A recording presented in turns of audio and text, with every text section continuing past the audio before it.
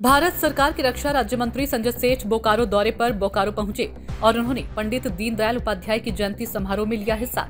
भारत सरकार के केंद्रीय राज्य मंत्री ने पंडित दीनदयाल उपाध्याय की नीति और सिद्धांत को देश की जरूरत बताया।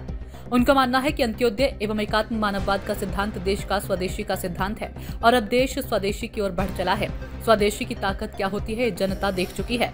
मई महीने में जब हमने अपने स्वदेशी हथियारों के बल पर पाकिस्तान को घुटना टेकने पर मजबूर किया, उन्होंने कहा कि MSME सेक्टर की बदौलत 12 करोड़ लोगों को रोजगार मिला हुआ है और ये सेक्टर बढ़कर अब 6000 करोड़ यूनिट तक पहुंच गया, जहां से स्वदेशी माल का उत्पादन हो रहा है और 40,000 करोड़ का उत्पादन करके हमने अपनी ताकत दिखाई है। रक्षा राज्य मंत्री ने GST में कटौती को एक बड़ा परिवर्तनकारी कदम भी बताया और कहा कि इस परिवर्तनकारी कदम से 140 करोड़ देश की जनता इस उत्सव में उत्सव के रंग में रंग गई है।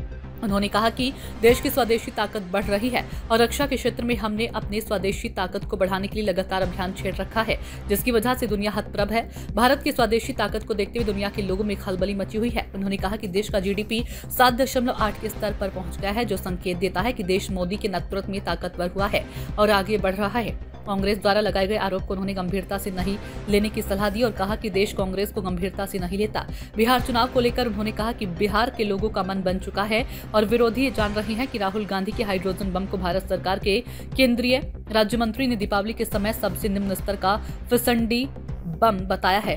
भारत सरकार के राज्य मंत्री की माने तो बिहार चुनाव की करारी हार को देखकर राहुल गांधी फ्रस्ट्रेशन में है। वह ऐसे लोग हैं जिनको भारत की तरक्की पसंद नहीं है।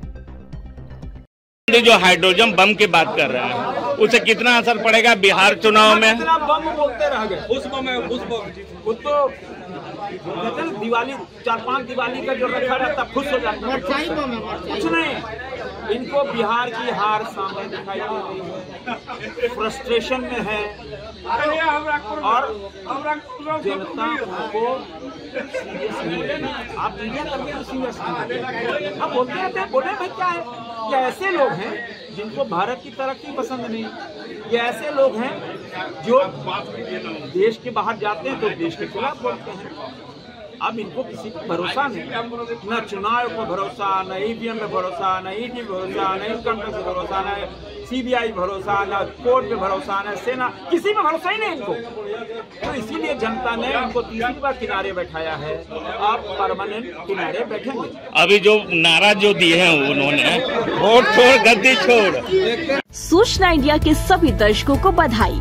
अब आप सूचना इंडिया देख सकते हैं जियो TV चैनल नंबर 4053 पर भी। साथ ही सूचना इंडिया के सभी सोशल प्लेटफॉर्म इंस्टाग्राम, फेसबुक और ट्विटर से जुड़े और पाएं आपके क्षेत्र से जुड़ी हर एक खबर। अगर आप खबरें पढ़ने में दिलचस्पी रखते हैं तो अभी लॉग इन करें www.सूचनाindia.co.in पर।